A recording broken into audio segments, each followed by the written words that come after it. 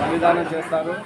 మేము భిన్నంగా వాటి వల్ల మా జీవనశైలి మారదు, మేము ఆర్థికంగా, సామాజికంగా, రాజకీయంగా ఎదగమని చెప్పి వాటన్నిటిని కూడా మాన్పించి అమ్మవారికి నిత్యం ప్రతి సంవత్సరం కూడా హోమం, అన్నదానము, అలాగే నిత్య దీపారాధన, ప్రతి అమావాస్యకు భోజనం, ఇలా చాలా దినదిన అభివృద్ధి చెందుతూ మరి దేవాలయం ఎప్పుడైతే అభివృద్ధి చెందుతూ ఉందో అదేవిధంగా ఈ ప్రాంతంలో నివాసున్నటువంటి మా దళితులందరూ కూడా విద్యాపరంగా అయితేనేమి, ఉద్యోగపరంగా అయితేనేమి ఉన్నంత స్థాయికి ఎదిగారు.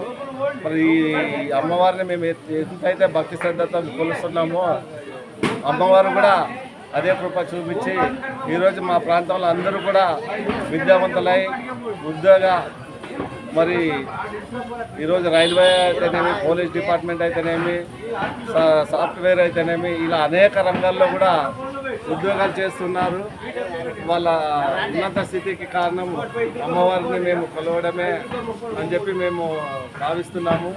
మరి ఇక్కడ ప్రతిష్టాపన చేసిందంతా కూడా మేము చిన్నతనం నుండి కూడా మా పెద్దలు బొగ్గలీరన్న ఆయన మమ్మల్ని అందరూ కూడా భక్తి పరవశులుగా ఆ వైపు తీసుకొచ్చి మేము రాజకీయంగా ఉన్నా కూడా లేదనైనా ఇక్కడ అంతా కూడా మనం బాగుండాలంటే అమ్మవారిని నిత్యం పూజించాలి, ప్రతి సంవత్సరం కూడా మనం అన్నదానం జరపాలి, బలిదానం చేయకూడదని చెప్పడంతో మరి మేము కూడా అన్ని రకాలుగా ఆలోచన చేసి మరి బాబాసాహెబ్ అంబేద్కర్ గారి ఆశయ సాధనలో భాగంగా మరి ఇవన్నీ అలవాట్లుంటే మేము ఎదగలేమని చెప్పి ఈ బలిదానాన్ని బంద్ చేసి మళ్ళీ శాస్త్రాలే చెప్తాయి గుమ్మడికాయ బలి కంటే శ్రేష్టమైనది ఇంకేది లేదని చెప్పి దాన్ని మేము పాటిస్తూ మరి బొగ్గలీరన్న మా పెద్దలు ఆయన సలహాల మేరకు ఆయన మా వెన్నట్టు ఉండి ఈరోజు ఈ 31 సంవత్సరం దాకా కూడా ఈ గుడిని అభివృద్ధి చెందడంలో ఆయన చాలా కీలక పాత్ర వహించి మమ్మల్ని అందరూ కూడా ముందుకు నడిపిస్తున్నాడు. అందులో భాగంగా ఈరోజు 31వ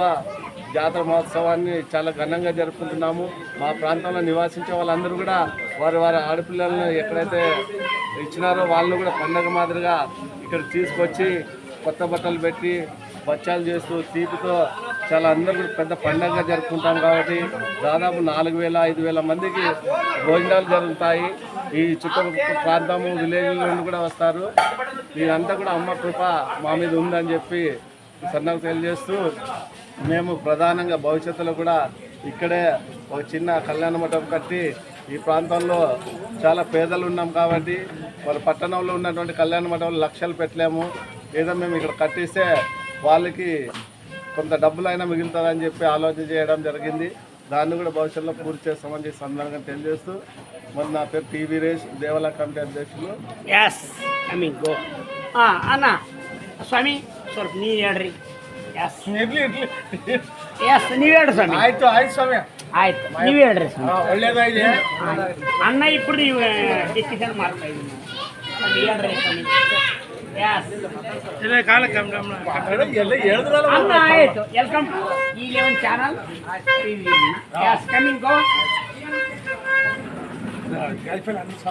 ನೀವು ಆడే ఉండరా?